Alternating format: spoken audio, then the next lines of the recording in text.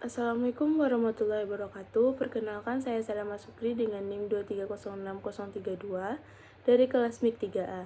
Video ini saya buat untuk memenuhi tugas mata kuliah Analisis dan Perancangan Sistem Informasi dengan dosen Bapak Muhammad Iksan, MKom. Penerapan tahapan SDLC untuk mengatasi permasalahan rekam medis di rumah sakit.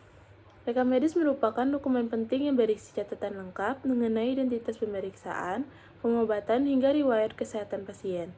Namun, dalam praktiknya masih ditemukan berbagai permasalahan yang mempengaruhi mutu dan pelayanan kesehatan. Tiga di antaranya yaitu duplikasi berkas rekam medis, ketidaklengkapan pengisian rekam medis, dan keterlambatan pengumpulan berkas rekam medis dari unit pelayanan. Untuk mengatasi permasalahan ini secara efektif dan berkelanjutan, rumah sakit perlu menerapkan pendekatan System Development Life Cycle atau SDLC, yaitu siklus pengembangan sistem informasi yang meliputi 5 tahapan. Yang pertama ada Requirements, Gathering and Analysis, yang kedua System Design, yang ketiga Development, yang keempat System Testing, yang kelima Operation and Maintenance.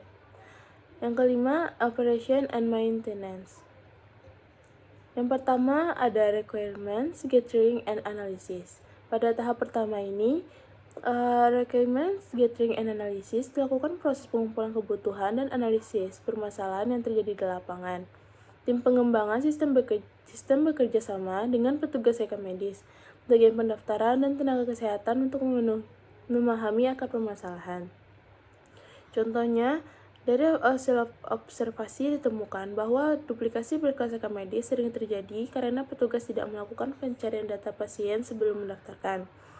Yang kedua, ketidaklengkapan pengisian rekam medis terjadi karena tenaga kesehatan belum memahami pentingnya kelengkapan data serta tidak ada sistem pengingat otomatis. Sedangkan keterlambatan pengumpulan berkas disebabkan oleh proses masih manual dan tidak ada batas waktu pengembalian yang jelas.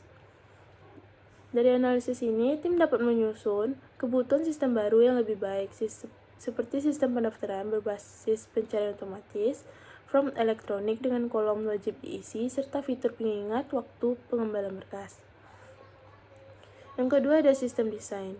Setelah masalah dan kebutuhan sistem diketahui, tahap berikutnya adalah sistem desain, yaitu proses perancangan sistem berdasarkan hasil analisis sebelumnya.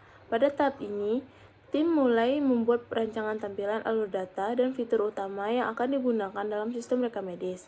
Untuk mengatasi duplikasi berkas, dirancang sistem pendaftaran pasien dengan fitur Unique Patient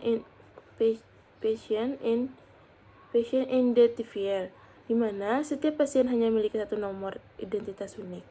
Untuk masalah ketidaklengkapan pengisian, dirancang form rekam medis elektronik dengan fitur mandatory file atau kolom wajib diisi, sehingga data tidak bisa disimpan sebelum semua kolom terisi.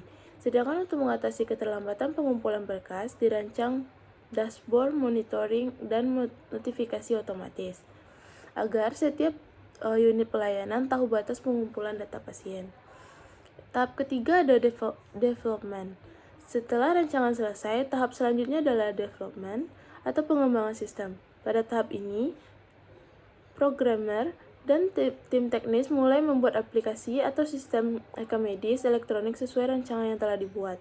Mereka membangun fitur-fitur seperti pencarian data pasien beserta nama dan tanggal lahir. Sistem login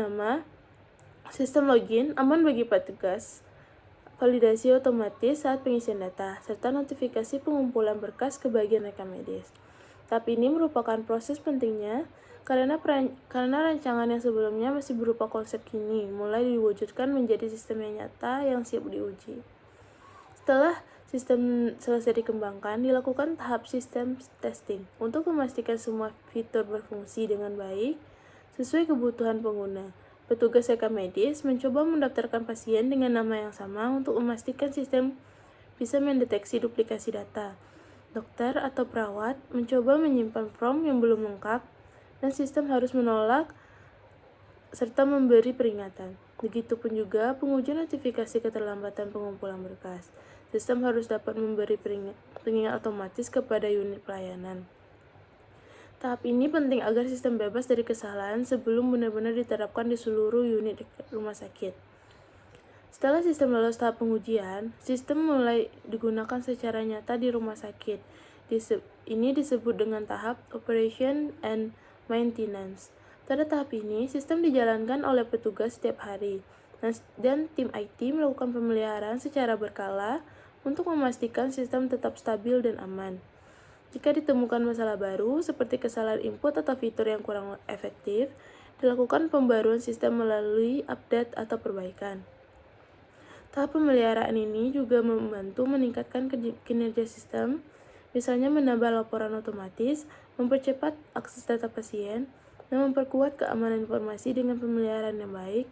Masalah duplikasi, ketidaklengkapan, dan keterlambatan bisa dicegah agar tidak terulang kembali. Penerapan tahapan SDLC dalam pengelolaan rekam medis membantu rumah sakit untuk bekerja lebih efisien, akurat, dan terintegrasi.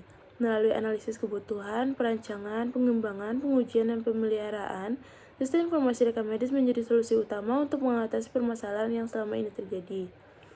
Dengan begitu, data pasien lebih aman, proses pelayanan lebih cepat, dan mutu pelayanan kesehatan pun meningkat. Itulah hasil video saya. Jika ada kata-kata saya yang salah, saya mohon maaf. Saya akhiri. Assalamualaikum warahmatullahi wabarakatuh.